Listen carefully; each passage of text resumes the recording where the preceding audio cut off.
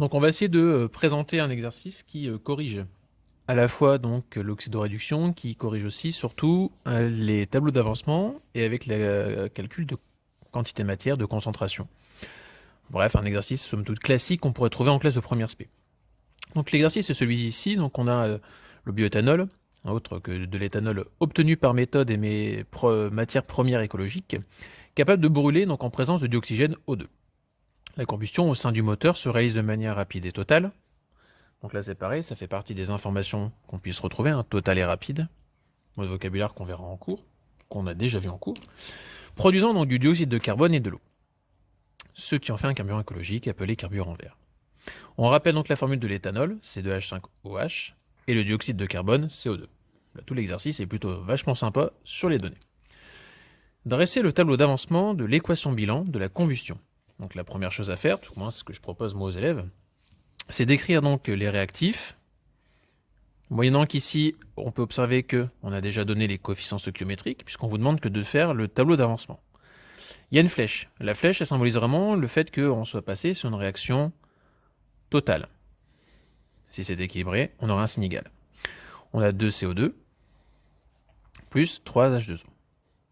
L'écriture assez espacée, ça permet donc d'en dessous de mettre le tableau avec l'état initial, l'état intermédiaire, celui auquel du temps, je ne sais pas à quel moment je m'arrête, n'importe quel temps, 1 seconde, 3 secondes, 3 mois, pendant des années, donc qu'on appellera X dans l'avancement, et l'état final. Ce qu'on veut, nous, c'est marquer l'avancement, la progression de la réaction chimique. En imaginant qu'on soit à l'état initial, c'est-à-dire que j'ai mis en relation l'éthanol et le dioxygène. Mais je fais une image, c'est-à-dire une construction mentale où les réactifs se touchent, sont ensemble, mais n'ont pas le droit d'interagir, ils sont juste présents ensemble. On aurait donc un certain nombre de moles, N1, et un certain nombre de moles, N2. Vu que j'ai interdit la réaction chimique, de part et d'autre, pour les deux produits, CO2 et H2O, je dois trouver 0. La réaction n'a pas eu lieu. À l'état intermédiaire, la réaction a lieu. C'est-à-dire que je lui dis, voilà, tu as le droit d'avancer, de progresser. Elle progresse de quelle manière? Mais de manière inconnue, puisque je suis à un état intermédiaire, d'accord, quel que soit le temps t. Donc on va prendre une valeur, comme en mathématiques, on ne connaît pas, qu'on va devoir déterminer, qu'on appellera x, c'est l'avancement. Donc à cette ligne-là, sur l'avancement, je produis un certain nombre de quantités de matière, x de CO2. Mais attention, ce CO2, il apparaît lui à chaque fois, 2 fois, à raison de 2 molécules. Et donc si j'ai 2 molécules qui sont produites à chaque fois, moi travaillant sur une quantité de matière, je dois donc avoir 2 quantités de matière de produites. Si on a bien compris, l'eau, qui elle apparaît aussi, mais combien? Au même instant, une certaine quantité X, mais de proportion stoichiométrique. Proportion stoichiométrique, si je produis 3 molécules à chaque fois, j'ai donc 3 proportions de matière qui sont produites. Maintenant, comment on va compléter les réactifs? Eh bien, par définition, un réactif, c'est quelque chose qui est consommé, qui disparaît au fur et à mesure. Ce qui signifie que des N1, il ne me reste pas N1, j'ai plus ce nombre de moles initial. Il me reste que ce qu'il y a au vu de la soustraction réalisée. Donc j'en ai enlevé combien? Une certaine proportion X, puisque c'est toujours ce que je forme et qui doit disparaître. Moyennant quoi, devant l'éthanol, sous-entendu, existe le chiffre 1, comme pour les maths, je ne suis pas obligé de l'écrire. Donc on va avoir ici moins 1x. Pourquoi pas l'écrire si ça permet de se donner la garantie de réussir le tableau. Deuxième réactif, dioxygène, eh bien j'avais N2 mol, mais j'en ai consommé, donc moins un certain nombre X qui me permettent de produire de la matière. À raison de combien? Eh bien ici, j'ai un coefficient 3 qui me dit à chaque fois je dois faire réagir 3 molécules. Donc j'enlève à chaque fois 3 proportions de matière à chaque fois. Et la dernière ligne, c'est l'état final. Donc c'est ni plus ni moins que de recopier en se disant, bah voilà, on va juste mettre un F pour dire qu'on sera à l'avancement final de la réaction chimique. Et notre intérêt de ce tableau, c'est d'aboutir à la fin au calcul des XF et de chaque valeur, état final, des composants. On peut donc passer à la question 2. Sachant que l'on fait réagir 3 moles d'alcool et 1 mol de dioxygène, déterminer à l'aide du tableau d'avancement le réactif limitant. Il faut peut-être se rappeler la définition du réactif limitant. C'est le réactif qui disparaît en premier, autrement dit, qui a été consommé le premier. donc réactif, consommé en premier. Ça signifie donc que si je devais donner une définition mathématique, son nombre de moles N0 moins X, et imaginons que c'est un coefficient stoichiométrique A, sera égal à 0. Autrement dit, ce que j'aurais écrit dans la case de mon tableau d'avancement doit donner 0. Donc, deux façons de faire. Soit je résous effectivement un système à une inconnue, ou alors j'utilise l'autre proportion qui me dit, voilà, pour connaître mes réactifs, donc là c'était le NA, et bien je vais comparer NA sur A par rapport au deuxième réactif, qui sera NB sur B. Celui qui aura le rapport le plus petit me donnera le réactif limitant. On peut faire cette démarche, donc par exemple de comparer N1 de l'éthanol sur son coefficient 1, est-ce qu'il est plus grand ou plus petit que le N2, coefficient, donc quantité matière du dioxygène, sur son propre coefficient stoichiométrique, qui est le nombre 3. On a dit qu'on prenait 3 moles d'alcool et 1 mole de dioxygène. Mathématiquement, le plus petit, c'est lui. Donc on indique effectivement que O2 est le réactif limitant. On peut travailler aussi par la résolution, comme on le disait, de l'équation. On se dire que je prends ce N1 moins XF, donc N1 moins XF, je pose égal 0. Deuxième système, N2 moins 3XF égale 0. Si je fais ma petite résolution mathématique, N1 égale XF, ici j'ai N2 égale 3XF. On poursuit la résolution, alors je suis assez courageux, on continue d'écrire en valeur littérale. 3 me dérange, il passe au dénominateur, donc on va avoir N2 divisé par 3, j'aurai XF. Je remplace maintenant par mes valeurs. Soit j'ai un avancement final qui vaut donc 3 moles, soit j'ai un avancement final qui vaut 1 tiers de mol. Sachant que je suis le réactif consommé en premier, donc un réactif qui arrête la réaction. Donc celui qui est le rapport le plus petit. XF égale 1 tiers. Et on s'aperçoit que les deux méthodes donnent le même résultat. On a donc comme réactif limitant le dioxygène. De ce fait-là, maintenant que je connais donc l'avancement final, je peux donc déterminer toutes les quantités de matière, pour la question 3, de toutes les espèces en fin de réaction, c'est-à-dire tous les réactifs et tous les produits. On avait donc N1 moins XF. On va essayer de recopier la dernière ligne du tableau pour l'état final. J'avais N2 moins 3XF, 2XF pour le dioxygène, 3XF pour l'eau. Mais on sait que le dioxygène aboutit à 0, puisqu'on se place à XF 1 tiers. Donc on va avoir pour lui 2 fois 1 tiers, soit 2 tiers quantité de matière. 3 fois les 1 tiers, autrement dit, 1 mole de matière de molécules d'eau. N1 moins XF, donc on avait 3 moins 1 tiers.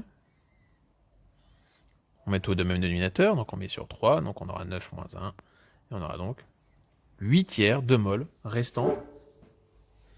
Oups, désolé pour la vision. 8 tiers de mol restantes pour l'éthanol.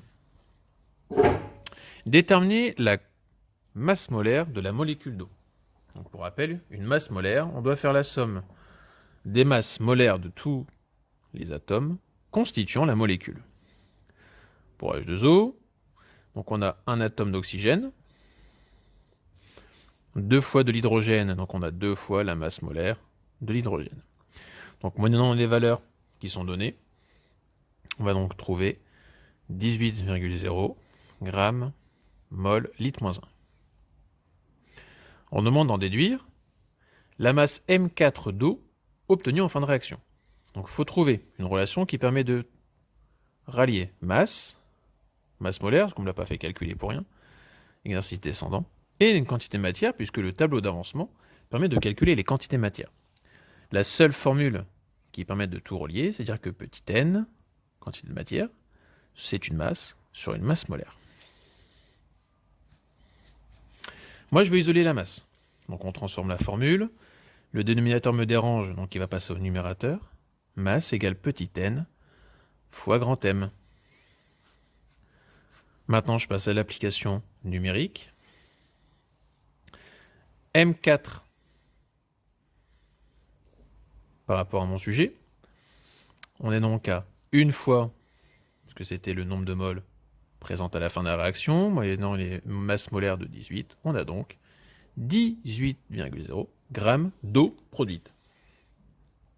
Question 6, on demande d'en faire la même démarche pour le dioxyde de carbone en sachant que la masse molaire vaut 48. Masse M3. C'est donc le nombre de moles de 3 que multiplie la masse molaire de CO2. 3 représentant le CO2. On va donc avoir, tout à l'heure c'était 2 tiers, fois 48. On a donc 32, alors 0,0, parce qu'il y a 0,0, grammes de CO2 produit.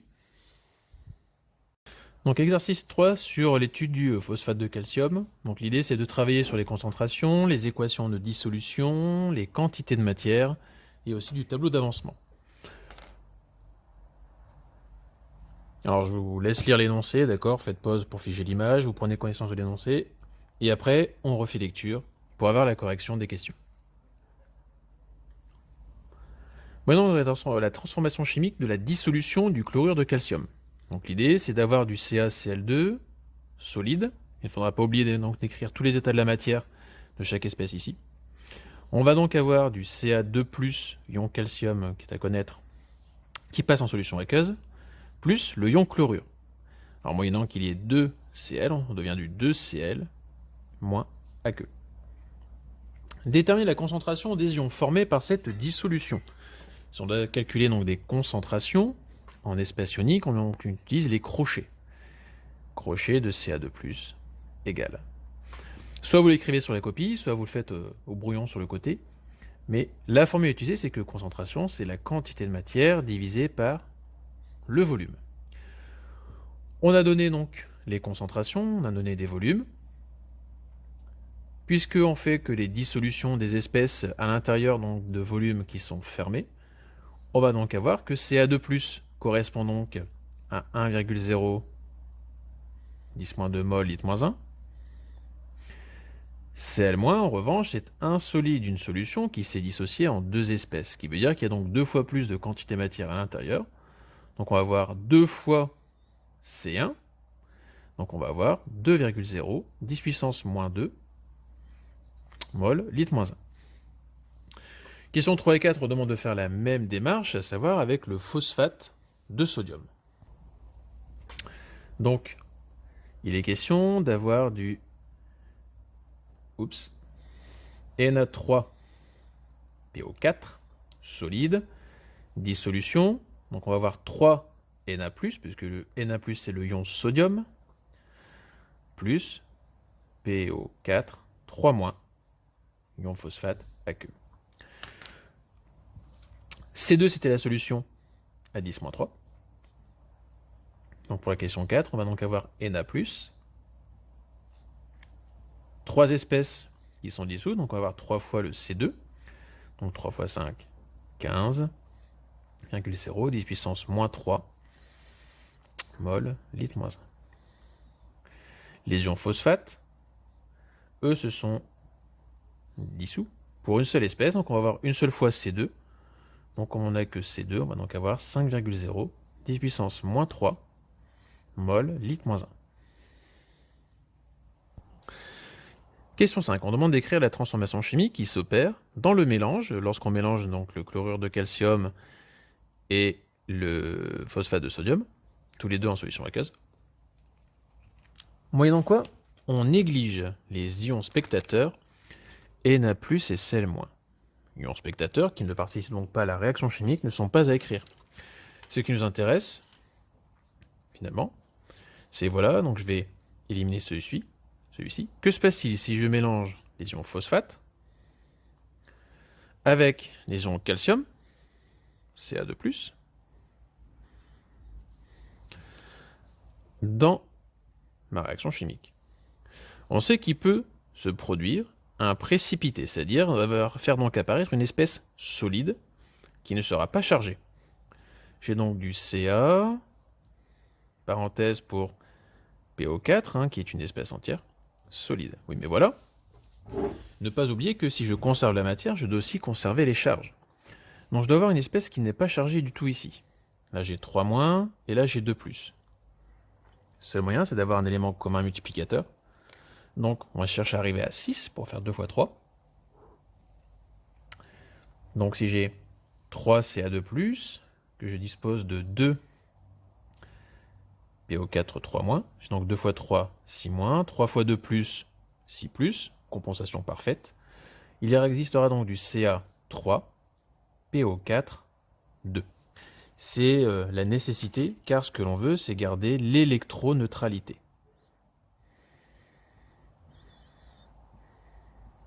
Ou on pourrait parler aussi de conservation des charges. Puisque l'espèce solide ici, du précipité, vaut 0. Quelle opération chimique subissent les concentrations des ions? Eh bien, étant donné qu'on a deux liquides qui sont mélangés l'un avec l'autre, volume par volume, on appelle ça de la dilution. Question 7. On demande de traiter, donc de dresser même le tableau d'avancement de la réaction chimique. Donc réaction chimique, alors j'écris juste dilution, mais on comprendra qu'il est question de faire l'état initial, l'état intermédiaire, l'état final. On a donc PO4 3- qui correspondait à la deuxième espèce, ça sera donc N2. Ca2+, c'était la première espèce, ça correspondra à N1. État initial, je n'ai pas le droit d'avoir de réaction entre mes deux produits, c'est vraiment une construction mentale. Ils sont en contact, mais n'ont pas le droit de réagir, c'est-à-dire qu'il ne se produit rien. Puis, je laisse les réactions se défiler. Il se produit certaines quantités de matière. Donc, c'est-à-dire que je ne sais pas où je me trouve dans le temps, je suis à X. Il n'y a qu'un seul Ca3PO4 2, donc un seul X.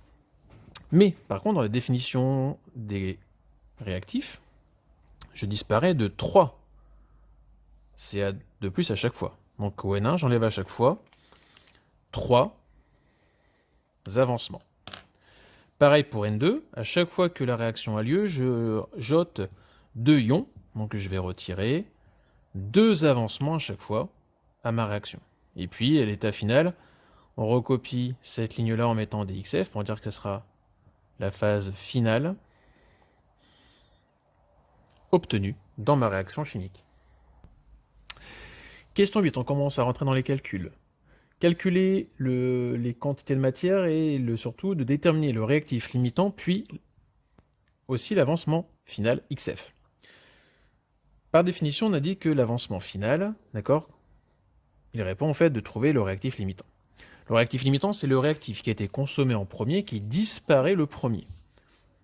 On peut donc comparer. Par exemple, voilà, N2 divisé par 2, comparé à N1 divisé par 3, qui sera le plus petit, me donnera donc la valeur de Xmax. Si maintenant on veut travailler, il nous faut déterminer les quantités matière N1 et N2. On utilise la formule qu'on a citée tout à l'heure, c'est-à-dire que le nombre de moles, c'est la concentration fois le volume. Il sera donc facile de trouver que N1, on prend donc la concentration en Ca2+,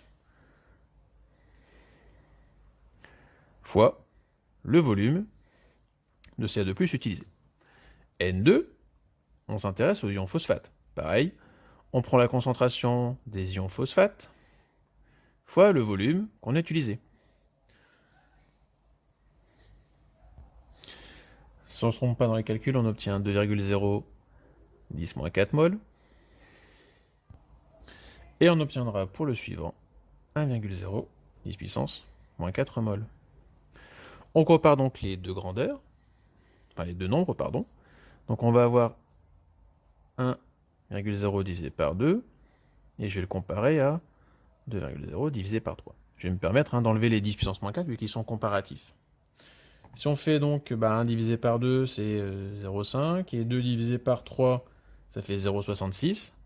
D'accord, dans les arrondis. Alors, si certains, c'est les rassure, on peut l'écrire au brouillon quand on a du mal avec les nombres rationnels. Et on s'apercevra donc que le réactif limitant, c'est N2. N2 correspondant aux ions phosphate. Donc on a un avancement final qui vaut 0,5. Et là, c'est là où il ne faut pas se tromper, c'est que j'avais fait le comparatif avec les 10 puissance moins 4. 10 puissance moins 4 mol, ça c'est mon XF, qui me permet de voir aussi que PO4, 3-, est le réactif limitant. Ça, c'est la deuxième information. Maintenant que j'ai calculé mes XF, je vais pouvoir déterminer toute ma dernière ligne qui est ici, en termes de quantité de matière. Donc, c'est-à-dire que le nombre de moles du solide à la fin, bah, c'est XF, donc on en produit 0,5, 10 puissance moins 4 moles. La quantité d'ion phosphate à la fin, réactif limitant, bah, c'est 0.